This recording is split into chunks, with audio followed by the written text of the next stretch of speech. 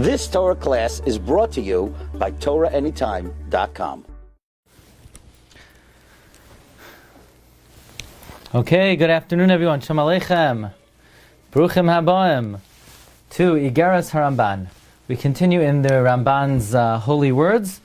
I believe this is the 11th shir on the Iggeres HaRamban. And as we say each time, the whole letter is based on humility, which is acquired through the practice of according oneself to always speak their words benachas, to speak one's words gently. And the Ramban said, through humility you'll think about your lowly origins and where you're headed. And yesterday we read, V'chasher tachshev es kol eila, when you think about all of this, tira mi bayracha, you will fear your Creator, v'tishmar min hachet, you will guard yourself from sin. Yesterday we learned that without humility, one will not have emunah in HaKadosh Baruch Hu. That all questions in emunah, all sfeikos in emunah, come from gaiva. And then the Ramban says a beautiful line, five majestic words. Uvemidos ha'ela tia sameach b'chalkacha. With these qualities, with the quality of humility, you will be sameach b'chalkai. The Ramban is clearly saying someone who is arrogant, someone who is a Baal Gaiva, will not be happy with their lot in life. Someone who is a koine, the midah of anivus, he will be zoiche, he will not be happy and satisfied in life. And I think that's something we recognize intuitively, that somebody who feels they are God's gift to humanity, they feel they're entitled to more. They don't feel they get what they deserve. And whatever they have is not enough for them.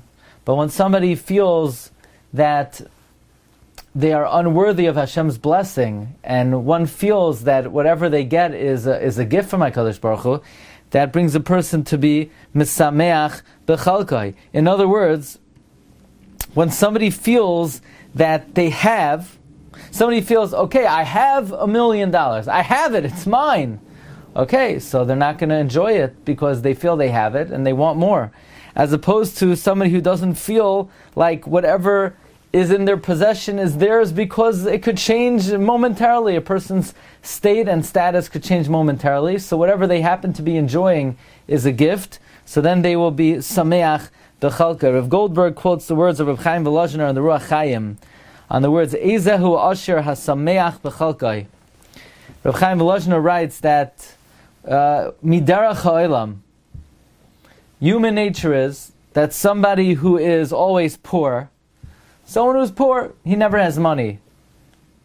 If he finds $10,000, he's going to be very happy at that moment, right? Imagine somebody who every month he struggles to pay the bills. Every month he has to figure out how's he going to pay all his expenses. And then one month he finds $10,000. So he's quite happy upon the find because that month he could breathe a little bit. But let's say a month or two passes, he forgets about the fact that he found the money, now it's just sitting in his account, so he doesn't have the same simcha. Now he's wondering, when could I get some extra money so I could have a new car or something interesting. So when you don't have and then you find, so you're sameach. When you feel it's yours, then you're not sameach. But somebody who is koiveya in their heart, that every single moment, all of their money in their bank account is in the hands of HaKadosh Baruch Hu, and in a second they could be an ani ve'evyon, right? Which is true. Everybody knows there's circumstances in life that in a split second a person could lose everything, chas v'shalom. So then every moment you could say, look, right now I have what I need, I have more than I need, I'm besimcha. In other words, when you feel it's mine, when you feel it's in my pocket, it's in my account, I own it, it's mine. Now let's talk about what I could add to it, so you don't enjoy anymore what you have.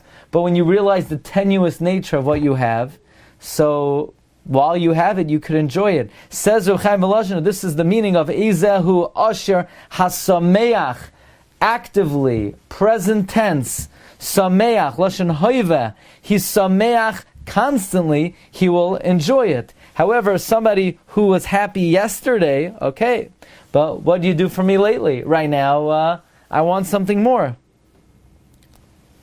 Furthermore, we know that taiva in life comes from gaiva.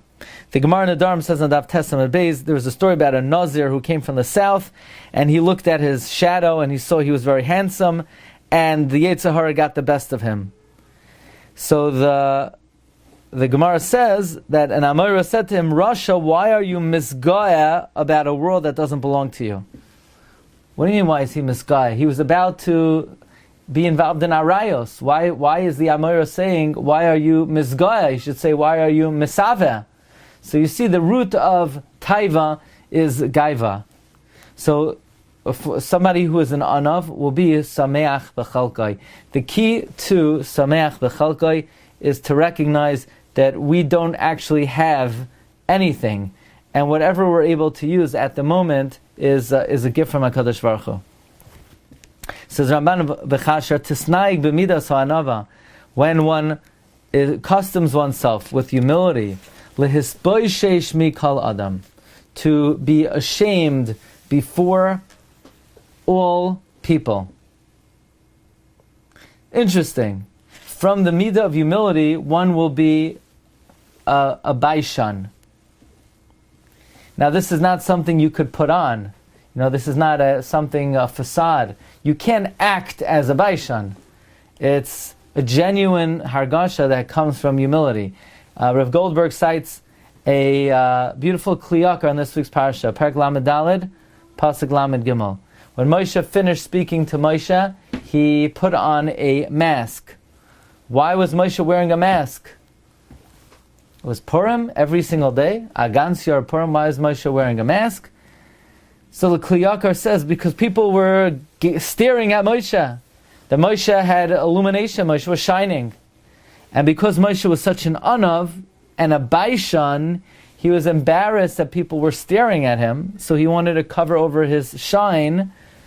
Says the kliyakar, the derech of someone who is a Abaishan is to cover over to be embarrassed when people stare at them. So this is the offshoot of humility, is to be mevuyash before other people.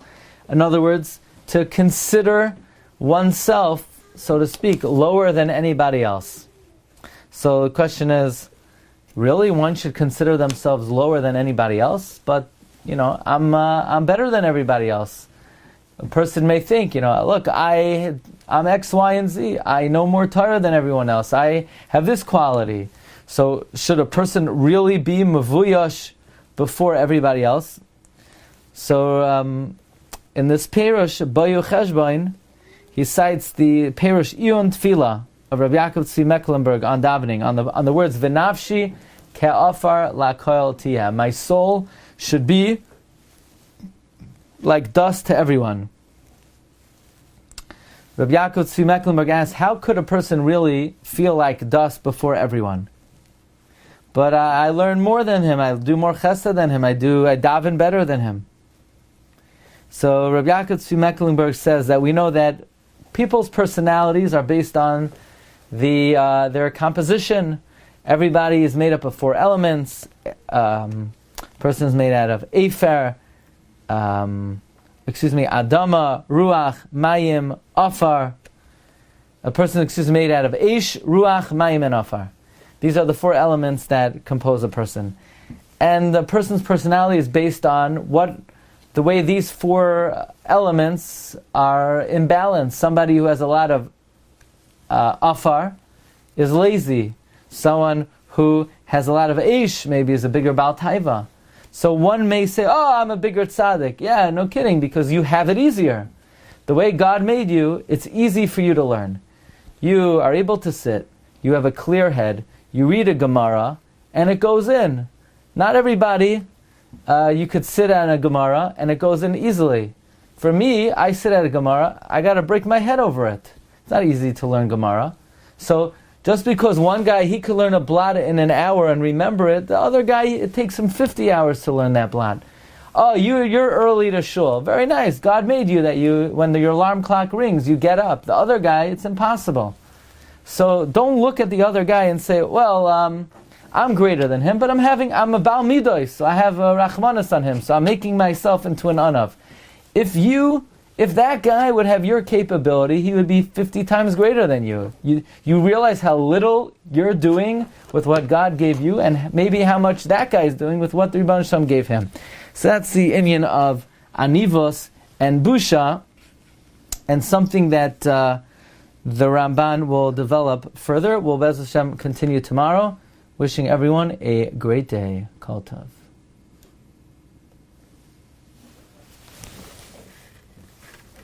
You've just experienced another Torah class brought to you by TorahAnytime.com.